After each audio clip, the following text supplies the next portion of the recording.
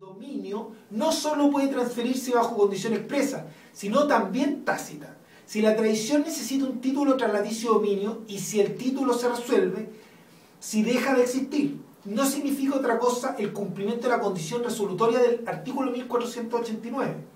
Resulta lógico entonces que la tradición no puede subsistir. Se agrega que si recurre al artículo 1489 y se obtiene por sentencia judicial la resolución del contrato, quedará sin efecto la tradición por aplicación de los principios de la resolución, pues debe restituirse lo que se recibió en virtud del título resuelto, careciendo de importancia entonces plantearse si se aplica o no el 680.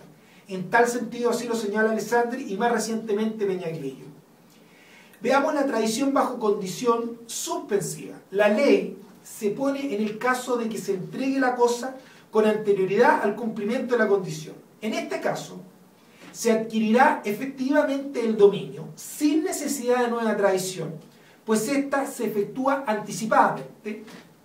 Como así explica Claro Solar, la tradición hecha bajo condición suspensiva no transfiere naturalmente la propiedad porque el propietario no se ha desprendido de ella en favor del adquirente, sino en caso que se realice el acontecimiento futuro e incierto que las partes han tenido en vista para que se efectúe la transferencia. Pero verificada la condición, la transferencia del dominio tendrá lugar de pleno derecho en el momento de la realización de la condición sin necesidad de ningún acto o manifestación de voluntad ulteriores. El pacto mencionado constituye una aplicación de la denominada cláusula de reserva de dominio. Esto es muy importante. Lo señala el artículo 680 y su segundo, que la establece. Esta, sin embargo, en contradicción con las normas contenidas en la compraventa, específicamente en el artículo 1873 y 1874, y particularmente con la última. En efecto, quien examina aisladamente el artículo 680 llegaría a la conclusión de que puede estipularse que no se transferirá el dominio mientras no se pague el precio o se cumpla una condición. Pero el artículo 1874 establece otra cosa. Dice que la cláusula de no transferir, sino en virtud del pago del precio, no produce otro efecto que la demanda alternativa que establece el artículo 1873, que hace esto, que reproduce el artículo 1489. Vale decir, el derecho del vendedor para exigir el cumplimiento del contrato. En este caso, el pago del precio. O la resolución del contrato, esto es, dejarlo sin efecto. De tal forma, la entrega efectuada por el vendedor con la reserva mencionada del dominio producirá de todas maneras la tradición, aunque bajo condición resolutoria. ¿Cómo se resuelve la contradicción anotada? Veamos. Haciendo primar los artículos de la compraventa, porque constituyen frente al artículo 680 normas especiales que deben aplicarse con preferencia de acuerdo al principio de especialidad consagrado en el artículo 13 del Código Civil. Tradición sometida a un plazo, veamos. Aunque el artículo 680 no se pone en este caso, la tradición, o más bien el título traslaticio que la precede, también puede tener esta modalidad. Tratándose de un plazo suspensivo, cabe precisar que no se trata de que la obligación de efectuar la tradición se postergue para el futuro, sino que se conviene que la tradición que ahora se efectúa comenzará a producir sus efectos desde que llegue cierto día. Se trata de una tradición anticipada, al igual que aquella hecha bajo condición suspensiva, aplicándose de la misma forma de lo dicho respecto a la reserva de dominio. A su vez, tendría lugar la tradición a plazo extintivo si se pacta que llegado cierto día se extinguirá el dominio para el adquirente. Especies o formas de efectuar la tradición. Esto es esencial. En esta materia debemos distinguir 4 especies o formas de efectuar la tradición. Partamos. Tradición de los derechos reales sobre una cosa corporal mueble. Segundo, tradición de los derechos reales sobre una cosa corporal inmueble. Tercero, tradición del derecho de herencia. Y cuarto, tradición de los derechos personales. Partamos con la tradición de los derechos reales sobre una cosa corporal mueble. Rigen la materia los artículos 684 y 685 del Código Civil. Esta tradición puede ser de dos clases, real y ficticia.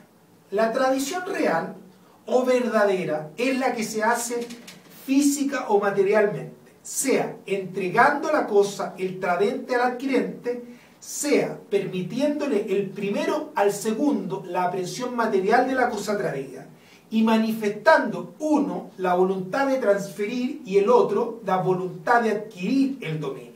Artículo 684, inciso primero. Tradición ficta o simbólica es la que se hace por medio de una ficción, símbolo o señal que representa la cosa tradida y la pone bajo el poder o acción del adquirente.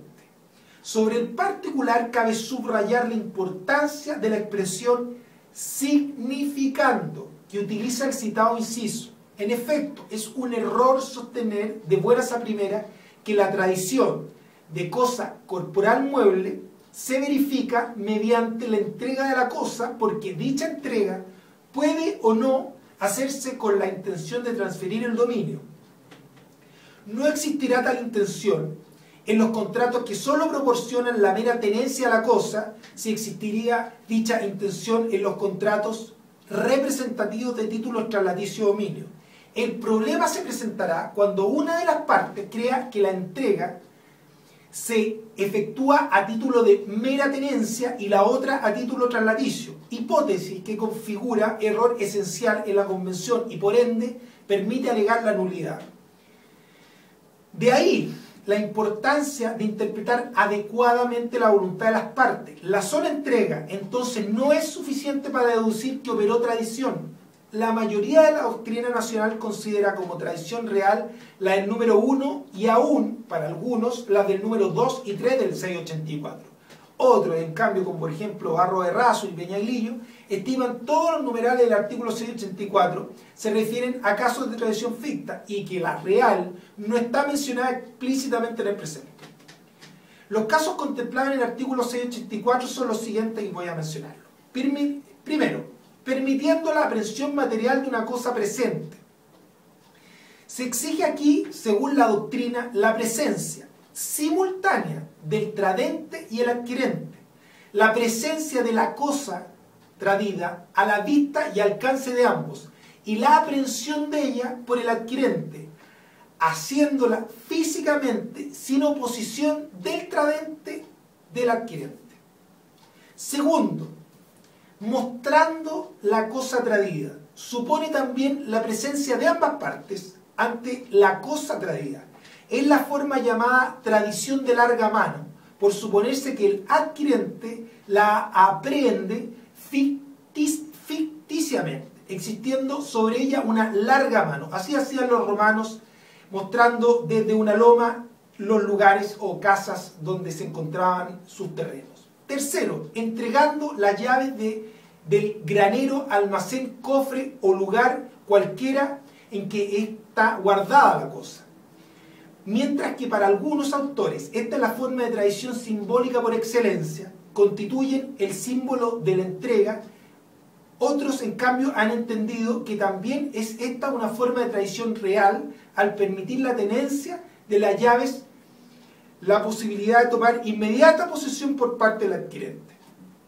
La ley no exige en todo caso que el almacén, cofre, etc. esté a la vista de las partes, pero la entrega de las llaves debe ser real. Cuarto, encargándose el uno de poner la cosa a disposición del otro en el lugar convenido. Del tenor del precepto se observa que aquí queda efectuada la tradición al convenirse el encargo. Se trata de un verdadero mandato por el que el tradente se encarga de poner la cosa a disposición del adquirente en algún lugar. Como no se exige que se cumpla el encargo para entender verificada la tradición, esta queda efectuada desde luego sin esperar a que efectivamente el tradente ponga la cosa tradida en el lugar convenido. De ahí a que se diga que en este caso hay una especie de tradición por el solo contrato, quedando el tradente como mero tenedor en calidad de mandatario. Quinto, por la venta, donación u otro título de enajenación conferido al que tiene la cosa mueble como mero tenedor. Se trata de la llamada tradición por breve mano. Es la que se produce cuando el mero tenedor de una cosa llega a ser adquirente de ella y la retiene con ánimo de dueño.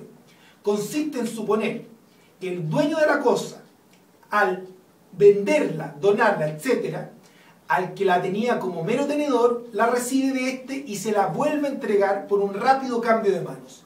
Según algunos autores, la tradición está representada por la entrega que inicialmente se había efectuado por el dueño al mero tenedor. Por ejemplo,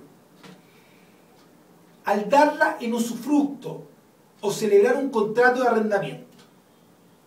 Lo que se busca por la ficción es evitar un rodeo inútil. Desde el instante que se perfecciona la venta, donación u otro título traslaticio dominio, se entiende hecha la tradición. Por ende, en este caso, igual que en el anterior, la tradición se perfecciona con el solo contrato.